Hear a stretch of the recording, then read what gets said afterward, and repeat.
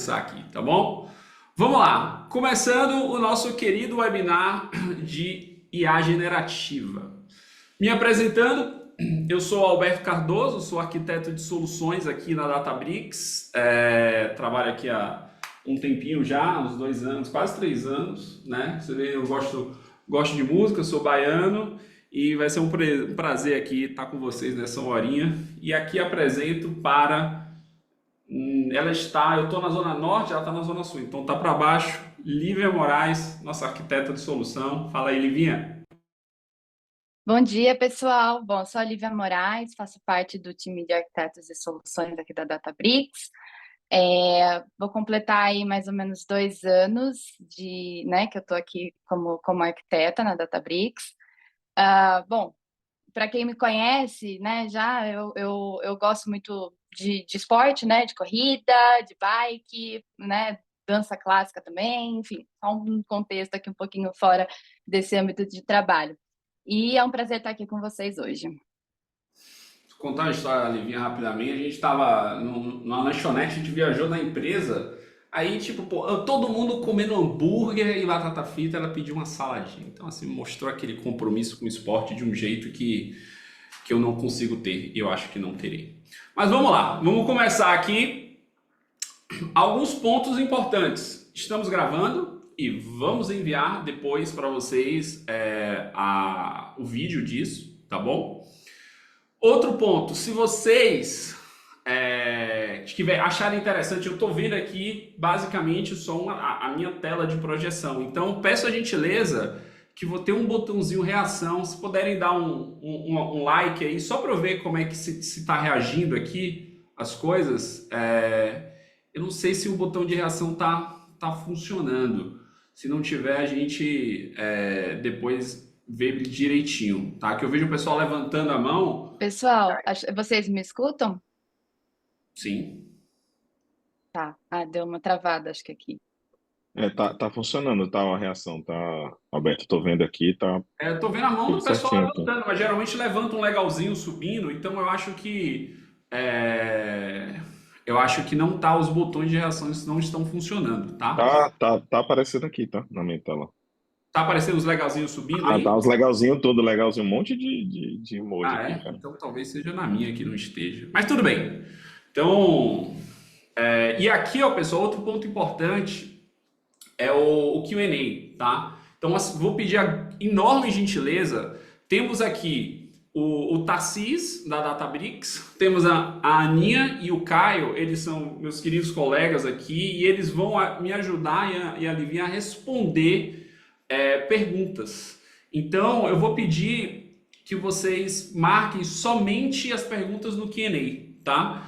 Deixa o chat para a gente interagir e falar essas coisas todas, mas aqui eu vou pedir a gentileza da gente marcar só no Q&A. Tudo bem? Vamos lá então, vamos começar a brincadeira. Então, ok. O que a gente começa? Deixa eu só ver o horário aqui para eu não me perder. Beleza. Então vamos lá. Vou ler aqui no meu. Ok, vamos lá. Então, começamos aqui, né? Você já conhece a Databricks nesse aspecto. A gente criou esse conceito chamado Lakehouse, né? Que é essa fundação unificada para os dados os lakes e todos os dados que a sua empresa de diversos tipos pode gerar, agora seriam guardados dentro do Lakehouse. Mas o que acontece? O mundo não é só você jogar dados de um lake e ter a sua estrutura descritiva em cima dele. Criou-se então, né, o mundinho do AI, né, já tem um tempinho, e aí mais especificamente a parte de IA generativa, certo? Que é uma estrutura que a gente vai explicar em detalhes em pouco, mas o ponto que eu queria colocar aqui é que a gente começou a trabalhar com a Mosaic ML. A Mosaic veio para a Databricks, a gente adquiriu, e agora a gente terminou todo esse arcabouço de soluções de Data and AI, criando uma nova plataforma, um novo conceito chamado The Data Intelligence Platform, onde, um lado, a gente tem esse objetivo de continuar democratizando os dados, certo? Mas, por outro, também em difundir AI por toda a organização. Então, da mesma forma que a gente criou esse conceito de Lake House, um dia a gente vai tentar criar esse conceito de Data Intelligence Platform nas empresas. Então, a gente continua com a mesma missão, tá? Dentro do mundo de Data and AI, democratizar os dados para todos, e na parte de dados, e na parte de AI, democratizar AI para cada produto, porque é assim que as empresas vão começar a desenvolver, tá?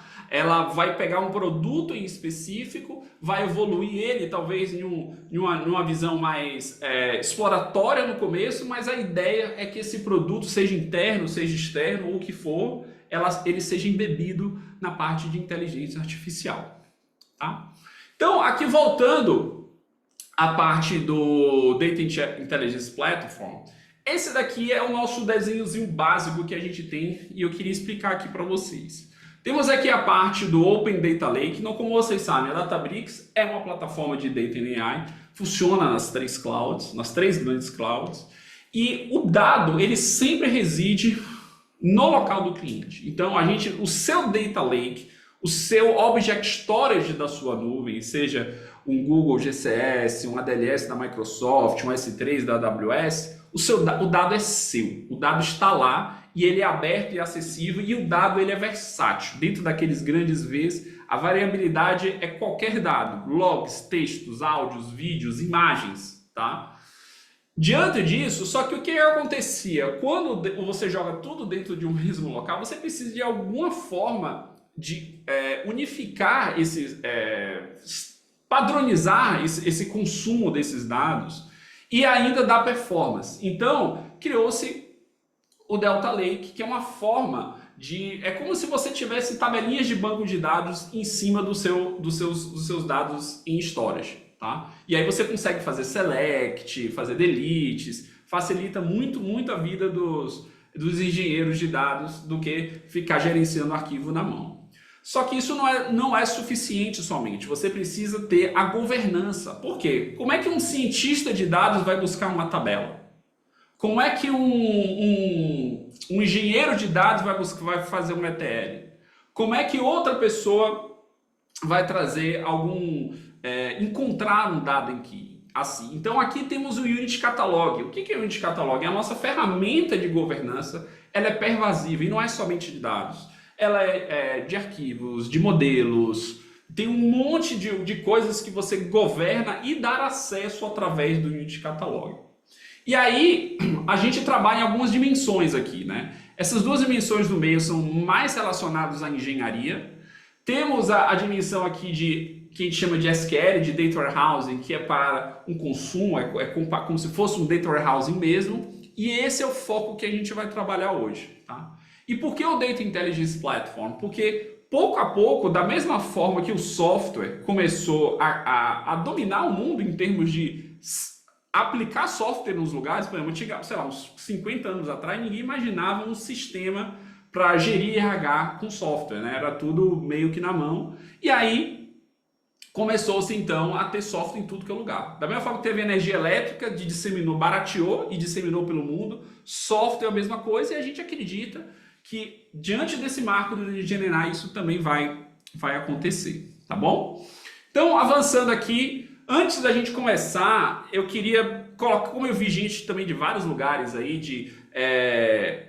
até de papéis diferentes, eu acho que é legal a gente dar uns conceitos básicos aqui sobre inteligência artificial, especificamente sobre LLM. Então, começamos por aqui, ó. A parte de Artificial Intelligence. Gente, aí é um campo mais multidisciplinar, né, da ciência da computação, que é mais um arcabouço, né, desse conhecimento. E aí a gente começa a descer o nível, no Machine Learning. Então, de fato, Machine Learning é a técnica de você prever um dado. Então, imagine que você tem uma planilha de Excel e aí faltou um dado ali. Como é que você fala assim, poxa, baseado nesses outros dados, como é que eu preencho essa célula? Isso não deixa uma inferência um processo de Machine Learning, sem a necessidade de você programar isso. Então, esse é o mundinho que trazia do código, onde tinha um fluxo de execução, para agora para um mundo de inferência baseado em um campo de dados específicos, como será um dado futuro ou um dado faltante. E aí existem técnicas de como fazer isso, e uma delas uma técnica de regressão, né, tradicional, você cria ali uma funçãozinha e diz assim, olha, se hoje custam tanto, baseado no passado, amanhã vai custar Y. Só que existe outra arquitetura, outra técnica de como fazer isso, que é o de redes neurais, né, que é aquelas de como você criar camadinhas de redes neurais e elas viu que não parou de evoluir, né? Você entregava mais dados, novas arquiteturas chegavam e ela saturava e crescia, então o Deep Learning se tornou uma ciência da computação, uma ciência em si, muito forte no mundo de Machine Learning. E as redes neurais profundas, que é essa questão do Deep Learning, começaram a ser cada vez mais famosas no mercado. E aí, entrando nisso, criamos o Generative AI. Ele na verdade, ele é um é que assim, a gente colocou embaixo do Deep Learning, mas ele é um subcampo da inteligência artificial, certo? Que ele é focado nas partes de novos conteúdos. Existem modelos próprios para a geração de cada conteúdo desse, e temos o LLM, que é essa parte da linguagem, do Large Language Models, que é um subgrupo que é a forma que a gente... Na verdade, veio depois daquela arquitetura do Transformers, né? Que acho que não sei, 2, 3 anos que a Google lançou. E aí, poxa, isso disseminou pelo mercado e o LLM ficou super, super conhecido. E finalmente a parte dos Foundations Models. Então, eu vou explicar mais em detalhes, mas assim, são LLMs treinados, codificados para ser mais específico para a parte de geração de linguagem, como o GPT-4, o BART, o MPT, que é o nosso, quer dizer, que é da Mosaic, que é o nosso também. E aí, todos esses pontos se acabam aqui em termos de conhecimento, tá? Então, porque a gente entende que agora é o momento para trabalhar com IA generativa. Primeiro, que assim, existe aqueles grandes Vs de dados, né? Volume, veracidade, variedade, velocidade. E, de fato, imagine os últimos 20 anos, 30 anos, com muita criação de dados digitais que alimentam esses modelos e que exercem uma evolução no mundo de inteligência artificial. O outro ponto é o poder computacional. Né? Antigamente, fazer um modelo era muito caro, você precisava comprar um grande parque de máquina. Agora você pode alugar isso nas nuvens e tudo mais. E isso empurrou a ciência, né? Pressionou a ciência de machine learning, de IA, para criar novos modelos, e esses paradigmas foram quebrados e criando, né, cada vez melhorando os modelos em si, certo? Vamos lá. Então, assim, o estado da arte da IA generativa, como eu te falei, está avançando muito rapidamente. E não existe uma forma única para tudo, né? Sempre são necessários compensações, trade-offs era a palavra aí, mas compensações para encontrar um modelo para cada caso de uso. Por quê? Primeiro eu vou explicar as caixinhas de baixo aqui e depois eu vou explicar como a gente trabalha um pouco sobre isso. A gente tem os LLMs proprietários. Então, por exemplo, o ChatGPT da OpenAI, você não tem acesso a um modelo, assim, um arquivo de modelos dele. Você tem que chamar eles via uma API para poder trazer essa resposta que você precisa. O modelo ele é opaco, você não tem acesso a ele, tá? Então, os LLMs proprietários são assim, certo? Vocês não têm acesso ao modelo, vocês têm acesso a chamadas, ou seja, cada empresa define como é que isso é feito. E temos aqui a contraparte. Esse é um caminho que eu particularmente acredito mais, eu acho mais democrático e que a Databricks também acredita, que são os modelos open source, tá? O que são os modelos open source nesse aspecto? São modelos que estão disponíveis, por exemplo, dentro do Hugging Face, para você baixar esses modelos e testar na sua casa, na sua empresa. Então você vai lá, constrói o modelo, você baixa esse Foundation Model e começa a trabalhar diante das técnicas que eu vou explicar um pouquinho mais para frente. Qual é a diferença disso? Né? Tem algumas. Como é que a gente pensa na dimensão da privacidade? Você vai pegar um dado, de novo, pode ser que você queira um negócio rápido, que não tenha um caso de uso rápido, que não tenha uma necessidade tão imediata, né? E aí, nesse caso, tranquilo, você pode trabalhar mais rápido com o OpenAI nesse aspecto. Mas se tiver uma informação privada, como é que você vai tratar isso? Então, os modelos open source trabalham mais. A parte de qualidade, né? Como é que você vai medir a qualidade? Tem toda uma ciência de monitoramento de modelos e tal. No caso, ela se aplica aos dois. Mas custo, né? Poxa, como é que cada chamada que você vai fazer dentro de um chat GPT vai custar quando se tornar milhões de chamadas, tá? E aí, todas essas dimensões você tem que refletir na hora de criar o seu caso de uso. E por último, a latência. Agora vocês vão ver que os modelos, que o pessoal chama muito de Edge Computing ou Edge AI, né, que os modelos vão ser embarcados nos dispositivos para poder exatamente ter uma rápida latência para responder aquela chamada, e diferente de um modelo que talvez precisava chamar por API ou coisa do tipo. Então, esse aqui é o caminho que a gente está norteando na Databricks e esperamos que, de fato, isso seja mais acessível para todas as pessoas, certo? Então, eu queria colocar aqui as abordagens, tá? Então, vamos lá. Como é que a gente customiza um LLM, tá? Para poder, vou subir logo todas aqui, para poder, com os seus dados, para poder você criar uma técnica específica. A primeira ter a engenharia de prompt, né? Vamos dizer assim, essa é a verdadeira primeira. Você vai lá, fala com o chat GPT, articula toda uma pergunta bem feita para poder que o chat GPT responda para você, né? Beleza, essa daqui. Mas quando você quer trabalhar com os seus dados, a primeira e a mais fácil é a de RAG, tá? Que é a forma de você pegar os dados que você tem, juntar com um modelo e trazer uma resposta. Então, eu vou explicar um pouquinho mais em detalhe como é que é isso, mas o modelo que você tem em mãos nesse momento, ele não foi alterado. Você pega um foundation model qualquer, sem treiná-lo mais ou customizá-lo mais, e aí você tem um resultado. Pronto. Então, esse é o RAG. O segundo, você pode pegar o modelo e estender e treinar mais, o que a gente chama de fine tuning. E agora esses dados e consequentemente as respostas seriam melhores também, que a gente chama de fine tuning, que é você pegar esse modelo e agora estender o treinamento dele com os seus dados para que o seu caso de uso seja mais preciso. E por último, né, que é a parte de treinamento completo. Você vai treinar o LLM do zero, com os dados.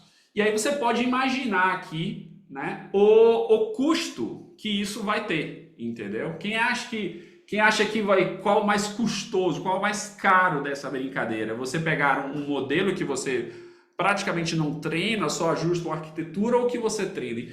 Aqui a diferença são de dezenas de milhares de dólares em termos de custo de treinamento. E aqui vocês podem ver que aqui são para bases pequenas de dados. Então, RAG, você pega, por exemplo, um corpo de informação, junta com o modelo, mas isso também às vezes é rápido, porque você precisa dar conhecimento para a sua empresa que existe essa tecnologia. Então, essa é a forma rápida de começar.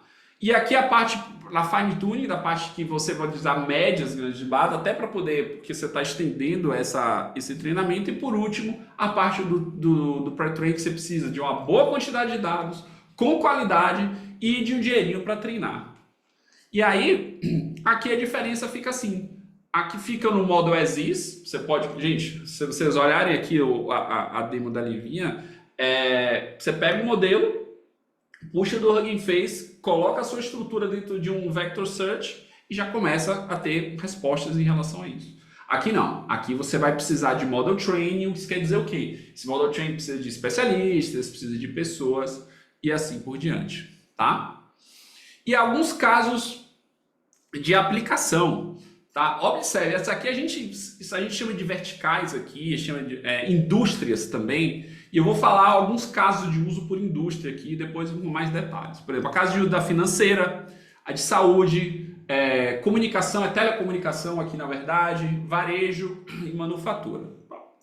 Por exemplo, a financeira, né? Eu quero encontrar uma documentação de gerenciamento de risco. Ok? Como é que eu encontro isso? Lembre-se, eu acho que um dos pontos mais importantes do LLM é você tratar com dados não estruturados. Relembrando, né? Dados não estruturados, vídeo, foto, texto livre, semi-estruturados, como logs, XML, e estruturados, que geram CSV, tabelinhas. Pesquisar nesse mundinho de dados não estruturados não é fácil, e o LLM te ajuda muito nisso. E assim, eu vou dar um exemplo aqui depois de como é que isso pode ser feito. Então, colocar essas documentações financeiras para rápido acesso, imagine que você tem lá 1000 consultores na rua encontrando coisas mais rápidas, ela tende a ser o cliente mais rápido e avança com o seu negócio mais rápido. Tá? Saúde, né? Análise de ensaios clínicos, mesma coisa.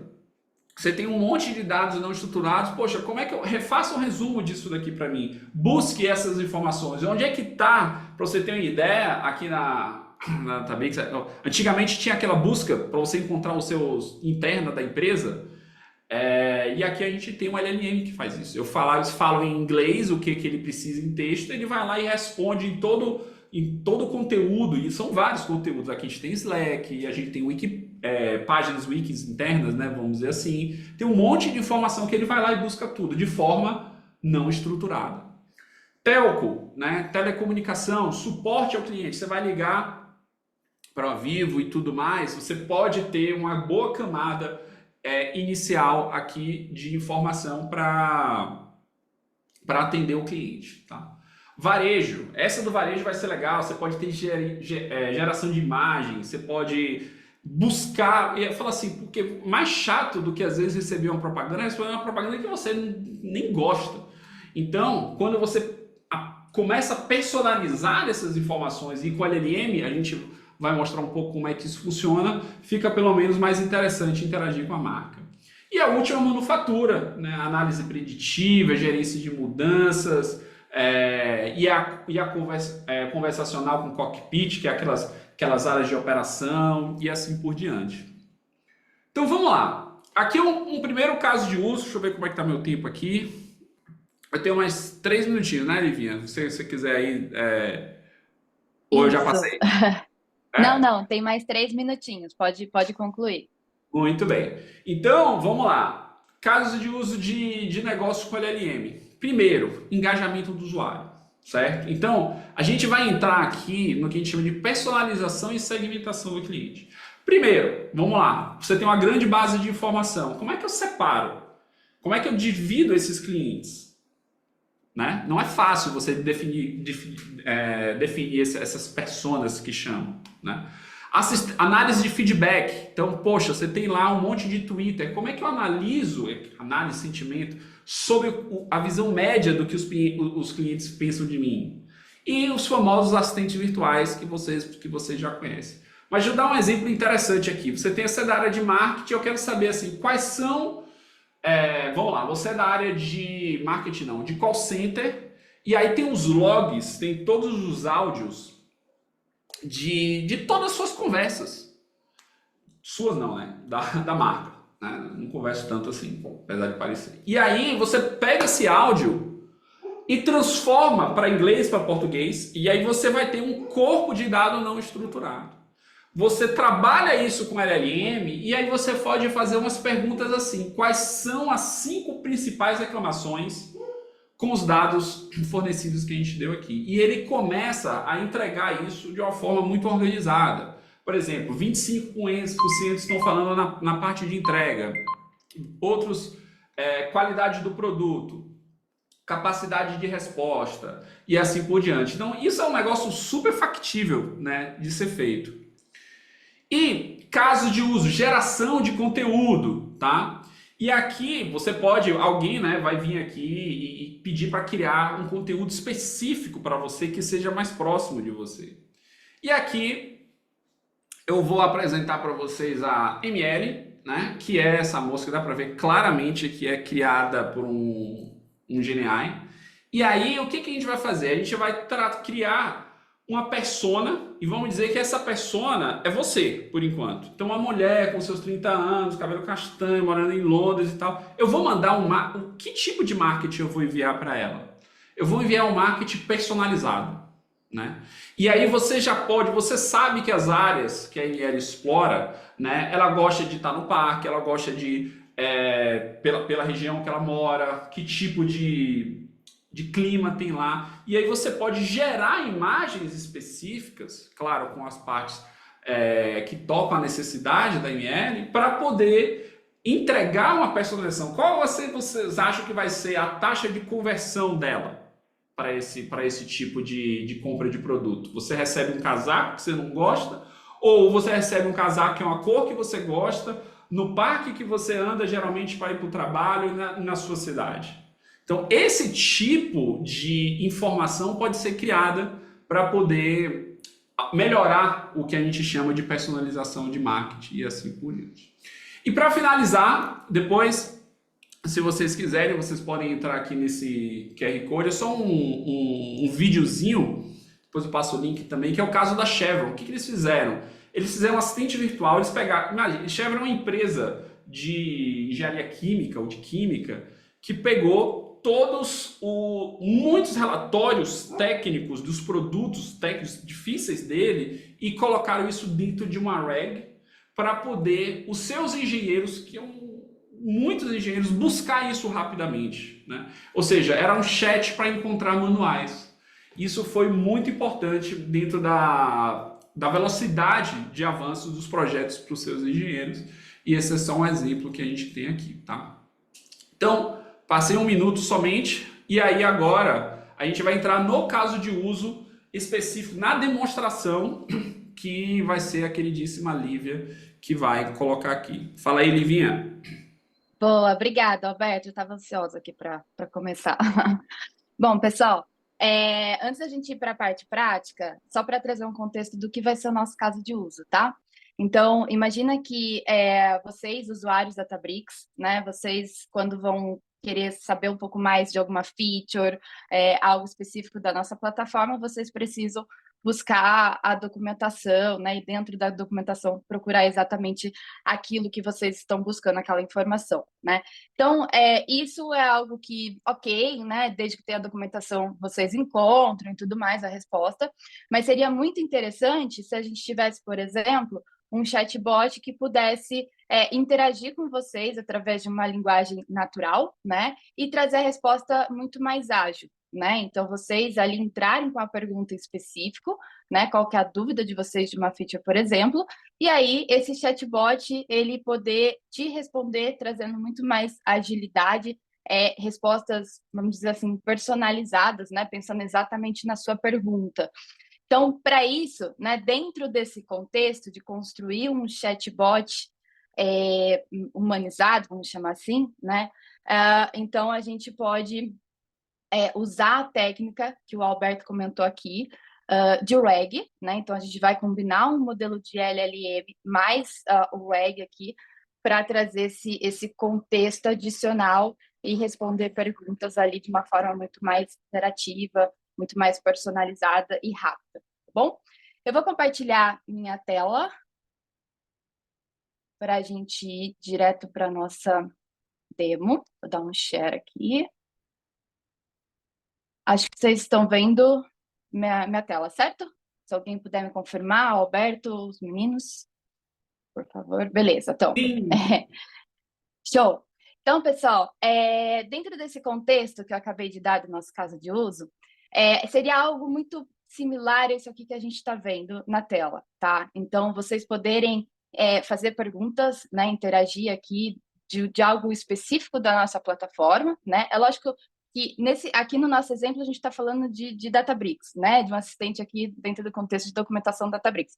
A ideia é a gente ampliar, né? Depois isso pode ser replicado dentro de outros contextos. Eu vi que teve alguém no chat que comentou alguma coisa de um assistente interno também. Acho que é algo muito, muito similar, tá? Então, imagina que você faça perguntas, por exemplo, o que é uma policy ali do cluster, e esse chatbot poder te responder, né? Como inicializar um cluster. Eu até fiz uma interação aqui perguntando em português, né? Como fazer a inicialização de um cluster ali no Databricks, e ele te responder, trazer exatamente a resposta que você precisa e usando ali uma conversação natural, né?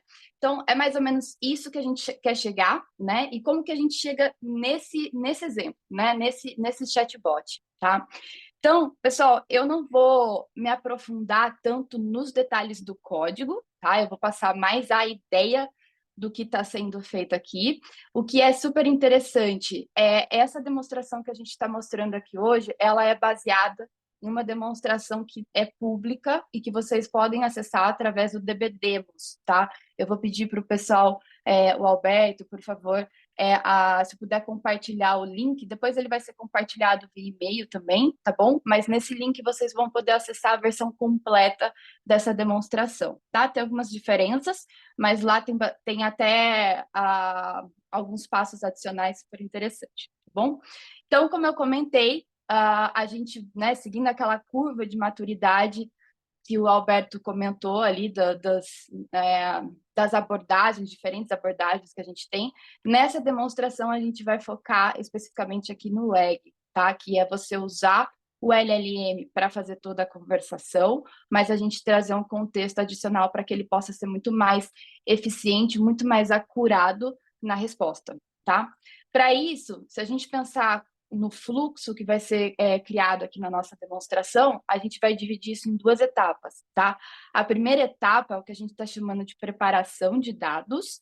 Então, aqui eu precisaria buscar toda a documentação da Databricks para trazer isso para uma tabela delta, tá? Porque é o que eu vou usar para enriquecer o meu LLM, né? Para responder com mais acurácia, tá? E aí, uma vez que eu tenho esses fragmentos de documentação em uma tabela delta, a gente vai para uma etapa de criação do nosso Vector Search Index, tá? Essa parte é uma parte super interessante, talvez seja novidade para a maioria aqui, né? Mas é uma feature, um recurso que a gente traz aqui dentro da plataforma, então a gente vai ver como funciona, né? Vou falar muito de como a gente vai associar os modelos de embedding, né? O que a gente está, de fato, fazendo aqui no Vector Search, né? Então, na verdade, uma vez que a gente cria esse Vector Search, a gente tem uma segunda etapa que a gente está chamando de inferência, tá? A inferência é, de fato, já pensando na construção do nosso chatbot, né? Na primeira etapa, a gente preparou todo o nosso contexto adicional, né, em volta da documentação da Databricks. Na segunda etapa, a gente já começa a trabalhar com o chat, no sentido de que a gente recebe uma pergunta, né, do usuário, por exemplo, como eu inicializo um cluster Databricks, e aí, essa pergunta, o LLM, ele recebe essa pergunta, né? Ele precisa interpretar isso de uma certa forma, e aí ele precisa buscar informações relacionadas àquela pergunta para poder devolver um output para você, para poder dar a resposta, né? De uma maneira bem simplista, né? Falando do nosso fluxo, tá? Então, a gente vai entrando aqui nas etapas e aí eu vou explicando como que isso acontece, tá bom? Nessa primeira etapa, quando a gente fala de preparação de dados, a preparação em si, a busca da documentação, da Databricks e colocar isso em uma tabela delta, a gente, nessa demonstração, tá? A gente está partindo do pressuposto de que a gente já tem esses fragmentos de documentação em uma tabela delta, tá bom? Por quê? Pelo tempo nosso aqui, né? Eu acho que a gente acha que é mais interessante a gente focar aqui no Vector Search, na construção do chatbot, do que de fato nessa primeira etapa. Não que ela seja mínima, né? Ou que ela não seja importante, porque é super importante, né? Tem vários pontos de atenção que a gente tem que ter aqui, mas acho que para hoje, né, é interessante a gente focar nessas outras etapas, tá bom?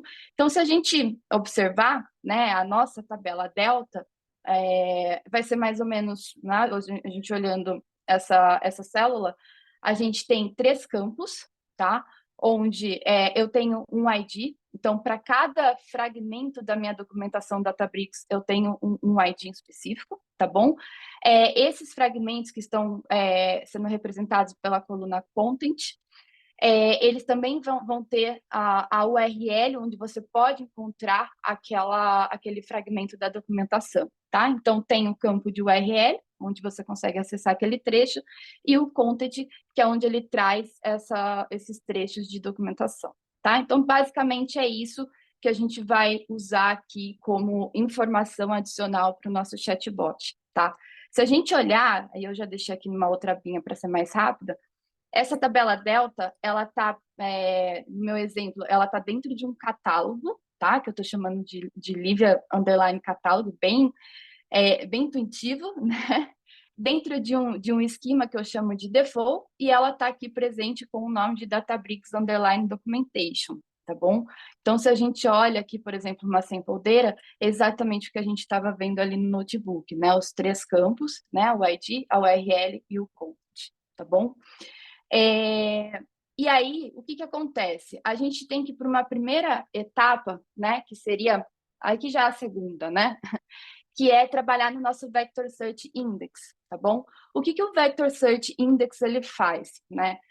Se a gente pensar no mundo de modelos, né? Isso não só para LLM, mas de uma maneira geral, é muito mais fácil um modelo, né? Que tem toda uma questão matemática por trás, ele compreender um texto em forma de números, né? Então, o Vector Search Index, ele vai ser responsável por pegar aqueles fragmentos da documentação, né? E aplicar um modelo que a gente chama de modelo de embedding, né? Que é responsável por fazer a transformação desses textos em vetores, tá? Porque através de vetores, você fica muito mais fácil a gente buscar por similaridade. Então, por exemplo, se eu mando uma pergunta lá, perguntando como que eu inicializo um cluster, o modelo ele consegue interpretar melhor se tiver em vetores, né? Então, ele vai compreender aquela pergunta, ele vai fazer aquela transformação para vetor da pergunta, e depois ele tem que fazer, a gente tem que buscar dentro dos vetores ali das nossas documentações o que é similar, né? O vetor que está próximo ao vetor da pergunta. Tá? Então, para fazer essa busca de similaridade, para que ele possa responder exatamente o que você está perguntando, tá bom? Então, criar o nosso Vector Search Index é gerar, né, esses índices, né, esses vetores para toda a nossa documentação ali, tá bom? Para isso, a gente precisa criar o que a gente chama de Vector Search Endpoint, tá? O que é o endpoint aqui nesse caso, né? Como eu mencionei, para fazer essa transformação de um texto, né, ou seja, da documentação para vetor, né, ou da pergunta ali para vetor, a gente precisa de um modelo de embedding, né, que é um modelo que ele tem essa task específica de fazer essa transformação, tá bom? Diferente de um modelo de chat, né? Aqui é um modelo de embedding. E aí, para a gente chamar esse modelo de embedding, fazer essa transformação, a gente precisa ter esse endpoint para fazer essa busca de similaridade, tá? Então, vou mostrar para vocês via interface, tá? Até para ficar mais simples e mais claro aqui o que a gente está fazendo, mas isso também é possível fazer via API, tá? Mas a partir do momento que eu tenho, né, essa atividade de criar um endpoint, se eu acessar aqui na abinha de Compute, vai ter uma aba que a gente chama de Vector Search, tá? Acessando aqui o Vector Search, essa lista que vocês estão vendo são vários endpoints, tá bom?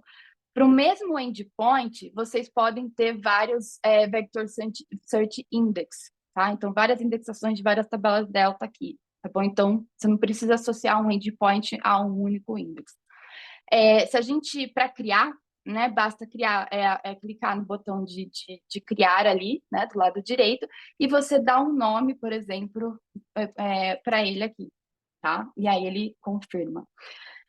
Quando confirma, ele vai estar disponibilizado aqui, né? Se a gente abrir por exemplo, um endpoint que está disponível, cada linha dessa é um Vector Search Index que foi criado baseado nesse endpoint, tá bom? E aí, pessoal, uma vez que a gente criou o endpoint, aí sim eu posso criar o Vector Search Index, né? Que é a tabela ali que vai ser consumida com esses vetores, né? Relacionados à nossa documentação, tá? Como que eu crio o Vector Search Index, né? Se a gente voltar aqui no catálogo, eu vou lá buscar dentro do meu catálogo, aqui, né, Lívia, eu tenho o meu esquema, eu tinha lá a minha tabela Databricks Underline Documentation com os fragmentos da documentação. Se a gente olhar aqui no lado direito, existe uma opção de criar o Vector Search Index, tá? Aqui você pode mencionar onde esse index vai ser armazenado, né? Então, eu posso manter no mesmo catálogo e esquema, por exemplo, e eu posso dar um nome para ele, né? Então, por exemplo, Webner VS Index, tá? Eu preciso mencionar uma chave, então, no meu caso, eu tenho um ID, onde o ID corresponde, né, a cada fragmento da documentação que eu tenho, tá bom? Eu tenho que associar um endpoint, que é o nosso endpoint lá que a gente criou, tá? Então, vou pegar um que já está disponível aqui, né? E aí você tem duas formas de trabalhar com a parte do embedding, tá bom? Você pode, por exemplo, usar a opção de que você já tem uma coluna com embedding criado, tá? Então, você não precisaria associar um modelo aqui para ele fazer essa transformação, você já tem isso pronto, né? Ou você quer realmente calcular os embeddings, tá? E aí sim você vai precisar associar um modelo, tá bom? Então, para isso, no nosso exemplo, a gente está seguindo o exemplo de calcular os embeddings, tá? Então, aqui você vai ter que mencionar qual que é a coluna da sua tabela que tem o texto, né? Os fragmentos da documentação. Então, no meu caso, é o content, a coluna content. E aqui eu preciso mencionar qual que é o modelo de embedding que eu vou usar, tá? Então, você, né, pode... inclusive, aqui no nosso exemplo, a gente vai usar o que a gente chama de BD-Lard, né? Que é um modelo que, se a gente acessa o Model Serve da Databricks, que a gente já vai ver, ele já está lá disponível, ele tem um endpoint disponível para você utilizar, que é o Foundation Models que o Alberto estava comentando, tá? Então, ele já está aqui disponível, você pode usar esse modelo, que é um modelo específico para embedding, tá? Para essa task. E aí, depois, você pode trabalhar com o modo de sincronização desse index. Então, o que acontece? Imagina que a minha tabela, que tem toda a documentação da Databricks, ela passa por alguma atualização. Quando ela passa por atualização, é interessante a gente atualizar também o nosso index. Por exemplo, alterou um fragmento ou adicionou algum fragmento, né? Então, acontece, né, de fazer alterações e você tem que refletir isso no seu index. Então, você pode sincronizar esse modo, se vai ser no modo trigger, né, ou contínuo, tá bom? Então, a gente pode manter aqui no trigger e criar esse index. No meu caso, por exemplo, eu tenho isso criado, né, que é o que eu estou chamando de Databricks Documentation VS Index, tá? Quando a gente clica lá, ele mostra toda a característica que foi utilizada ali no momento da criação dele, tá bom? Então, a gente consegue ver baseado em qual tabela, né? Baseado em qual endpoint do Vector Search, tá bom? Qual foi o modelo de embedding utilizado, tá? E aqui, com relação à sincronização, inclusive o pipeline que é criado automaticamente para fazer essa sincronização, tá bom? E aí, nessa etapa, a gente já tem o nosso Vector Search, né? Se a gente quiser testar isso, né? Esse é o fragmento aqui de código que mostra. Eu quero ver como está a busca por similaridade agora do meu Vector Search. Essa busca por similaridade, por exemplo, se a gente manda uma pergunta, né? Aqui a gente está preocupado em rastrear o faturamento, os custos ali associados à minha workspace do Databricks, né? E aí eu quero saber como eu posso fazer isso, tá? Então, para eu buscar, né, os fragmentos que são similares a esse contexto que eu estou dando na minha pergunta, eu basicamente tenho que passar qual que é o endpoint que foi utilizado, né, para o Vector Search, tá? Para fazer essa busca de similaridade, e qual que é o nome, né, do meu index, tá? Então, que é o que eu mostrei lá para vocês criando na interface. Uma vez que a gente passa essas informações, né, para obter os documentos ali que são similares, ele vai me retornar, a gente pode focar aqui nesse trecho do resultado, que ele me retorna alguns trechos da documentação falando como que você pode monitorar os seus custos e tudo mais, tá? Só que percebam que aqui ele só está trazendo esses fragmentos. Ele ainda não traz, usando uma linguagem natural no modo de conversação, trazendo uma personalidade para a resposta, né? Ele só está trazendo quais são os documentos similares. Aí, que é o que a gente vai aprimorar, né? Que é agora a segunda etapa, que é, de fato, criar o chatbot usando o que a gente criou na etapa anterior, tá bom? Para isso, o que a gente vai fazer? A gente vai usar o que a gente chama de LangChain, né? O LangChain, ele é como se fosse, ele é uma framework que ele, na verdade, ele vem para deixar tudo mais simples, né? Onde ele vai deixar, ele vai abstrair toda a lógica e as chamadas de API necessárias aqui, tá bom? Então, usando essa estrutura de LangChain, ele vai ser responsável por duas coisas aqui no nosso exemplo, né? Primeiro, a criação da pergunta, tá? Então, uma vez que o usuário ele manda a pergunta, por exemplo, como eu inicializo meu cluster? Ele precisa transformar isso, né? Fazer a transformação para vetores para você poder encontrar a similaridade, né? E depois ele precisa buscar a similaridade, né? Então, chamar ali o nosso Vector Search Index para encontrar esses documentos, tá bom? Aqui é um exemplo bem rápido, de novo, não vou focar muito no resultado, né? Mas se a gente usar essa estrutura de LangChain, né? Então, aqui, por exemplo, chamando o nosso modelo Foundation, lá, o Databricks BD-Large, né? Que já está disponível lá no Serving, e mandando a nossa pergunta, né? Por exemplo, o que é a Apache Spark? Né? Então, ele está aplicando esse modelo de embed na pergunta, tá? E aí, usando, né, ele deixa aqui o nosso código mais simples para trazer, por exemplo, os documentos mais relevantes. Então, de novo, ele traz, né, os documentos que são similares, mas ainda a gente não tem o chat, né, toda aquela parte da conversação, tá? Para criar o chat, nesse exemplo, a gente vai usar um modelo do Llama 2, tá bom? Então, se a gente quiser testar um endpoint que está disponível lá no Serving Databricks, né, chamando o Llama 2, nesse teste aqui, por exemplo, eu posso passar uma pergunta, né, o que é a Apache Spark? E ele vai me responder já numa forma mais natural, né? Então, ele fala que o Spark é uma plataforma de processamento de dados, né? Ele dá toda uma historinha aqui, né?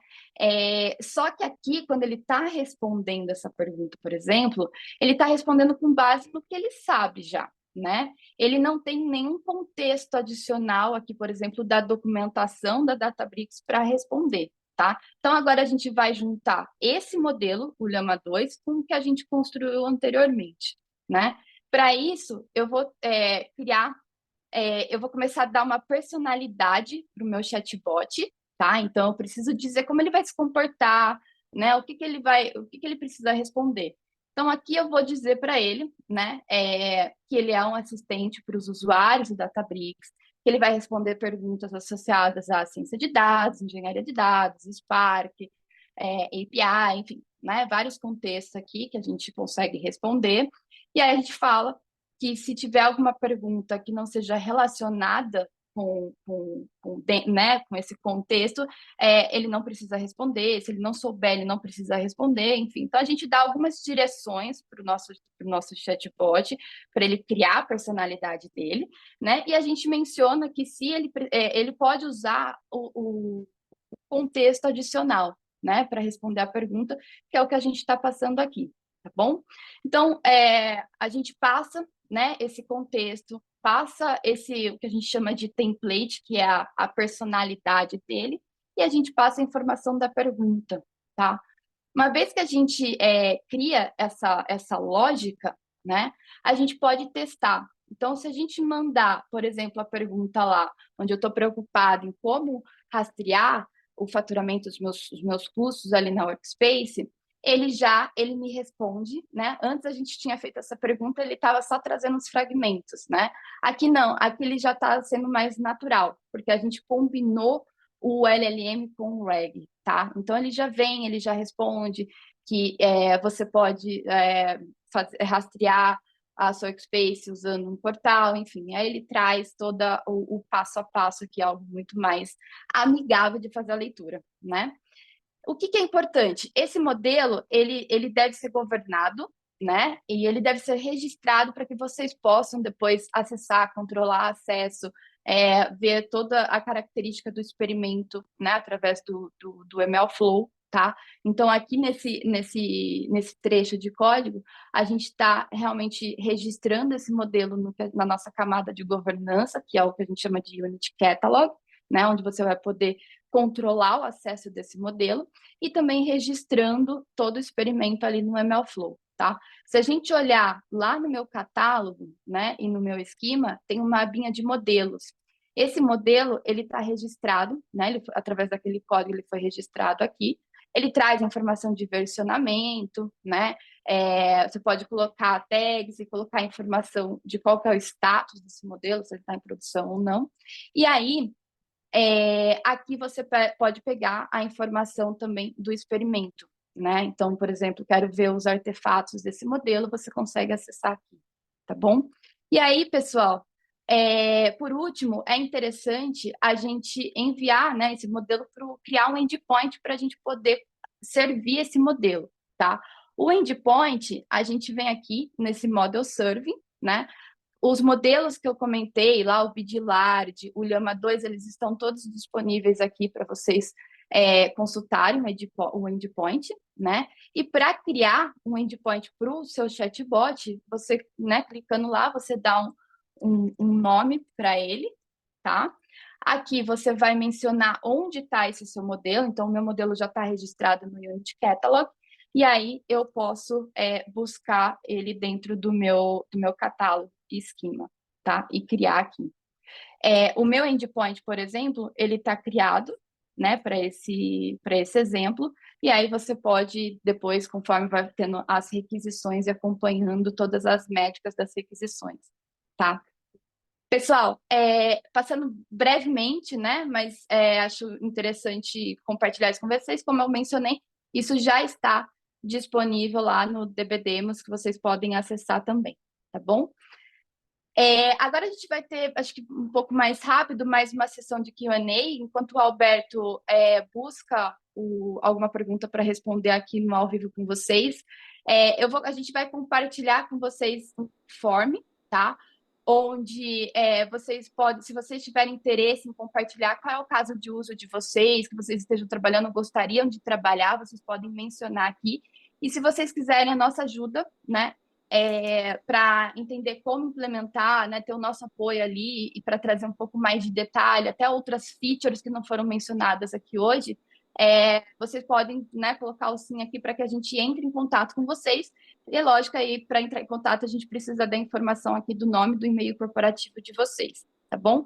Vou só compartilhar aqui, deixar na página, enquanto o Alberto pega algumas perguntinhas aí. Muito bem, vou fazer spam aqui de formulário aqui, porque eu coloco e já sobe tanta gente falando. Então, tem aqui no link, se vocês quiserem tirar o bom e velho QR Code. Enquanto isso, vamos para as perguntas, tá? Acho que a gente pode eleger duas perguntinhas aí, Alberto, se você puder, pelo tempo. Vamos. Então, o Vector Search Index, eu poderia, eu vi o Marcelo Manrais falando, o Vector Search é usado da Databricks. Isso, é nosso, tá? E eu poderia fazer com Chrome, faz, Pinecode, certamente, certo? Você consegue, pense assim, que o Databricks é um grande laboratório nesse aspecto e você consegue instanciar o que você quiser lá dentro. Resta saber se é uma solução em desenvolvimento, faz todo sentido. Quando você produtizar isso, tem que ver se isso vale a pena manter dentro do organismo. Mas se você quiser, por uma questão de velocidade, super possível. Porque você pensa que você está com o Jupyter Notebook, você vai lá, some seu Chroma e utiliza os dados dele para frente, tá? E eu coloquei aqui algumas perguntinhas rapidamente para a Livinha aqui. E aí, isso aqui é uma pergunta básica, mas eu acho importante. A Databricks disponibiliza cursos ou treinamentos específicos para AI, Livinha? O que você acha? Sim, existe a nossa plataforma, nosso portal, Databricks Academy, tá? Lá tem vários cursos, tá, pessoal? Não só dessa parte de GenAI, tem toda a parte de engenharia, de ciência de dados, de análise de dados, e também agora a gente está trazendo novos treinamentos ali, materiais ali em torno desse tema de GenAI, que a gente sabe que a maioria aqui está, né, buscando por bastante informação sobre o assunto, então é totalmente acessível lá por vocês, tá bom? Certo. E a última perguntinha, Livinha, para você também. A tabela delta é um vector store? Explica aí essa diferença, por favor. Isso foi a pergunta do Marcos Tranzini. Tá, existe a nossa tabela ali, né, que tem a documentação, né, e aí tem aquela tabela ali, a tabela delta, né, E aí a gente cria o index baseado nela, onde a gente cria um pipeline DLT baseado nessa tabela delta, tá? Esse pipeline DLT, para quem não sabe, o DLT que eu estou falando é o Delta Live Tables, tá? Esse pipeline ele é responsável por fazer a atualização lá que eu comentei baseado na tabela delta, tá? Então, não sei se ficou claro, se o Alberto até quiser complementar. Não, é isso mesmo. Delta Tables e depois você sinca essa com o seu Vector Search e consome isso rapidamente, tá? Então, vamos fechar, Livinha, e dou a voz para ti para fazer esse fechamento. Tá bom, obrigada, Alberto. Bom, pessoal, espero que tenha atendido a expectativa de vocês, tá? Lógico que 1 hora aqui é um tempo muito curto para a gente passar tudo que tem de novidade da plataforma, tá? Tem novidade tanto em torno de AI para apoiar o usuário no dia a dia, né? Consumindo ali a plataforma, assim como o que a gente abordou hoje, que é os recursos de AI para suportar e habilitar os casos de uso do cliente. Tá bom? A gente está super à disposição para quem quiser conhecer um pouco mais, quiser entender até no detalhe, talvez esse exemplo ou outros exemplos, outros casos de uso, podem contar com a gente, entre em contato para que a gente possa auxiliar vocês nessa jornada aí, tá bom? Muito obrigada pela presença de todos e obrigada quem estava aqui nos ajudando. Obrigada, Alberto. Obrigado, pessoal. Obrigado, gente. Até a próxima.